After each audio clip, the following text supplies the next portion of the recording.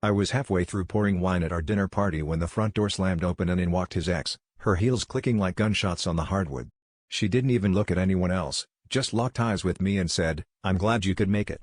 But you should know, we never broke up." He just told me he needed space to think.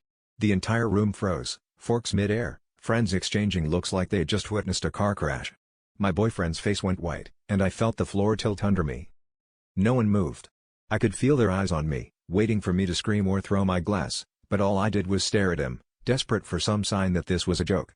Instead, he just stammered her name, voice barely above a whisper, then looked at me like he wished he'd never invited anyone over. The ex wasn't done. She started rattling off dates, showing everyone texts, photos, evidence of weekends I'd thought he was working late. I realized I'd been the side chick at my own dinner party, and everyone in the room knew it before I did. Suddenly, chaos erupted.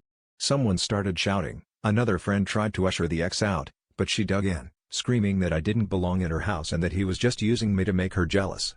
He finally snapped, yelling at her to leave, but when she flung her keys at his chest, he didn't even flinch, just slumped into a chair, looking like a man who'd been caught at every lie at once. I saw my own reflection in a wine glass, mascara tracking down my face, and realized I'd spent months defending a man who couldn't even tell the truth to save me from humiliation. But here's the twist, as everyone else stormed out, I stayed. Not for him, never again for him, but because, deep down, I wasn't shocked. I'd ignored every red flag, desperate to prove I could be the main girl, desperate not to end up alone. As I watched him beg for forgiveness, I finally admitted to myself that the betrayal had started long before his ex walked in. It started the moment I decided loving him was worth losing myself.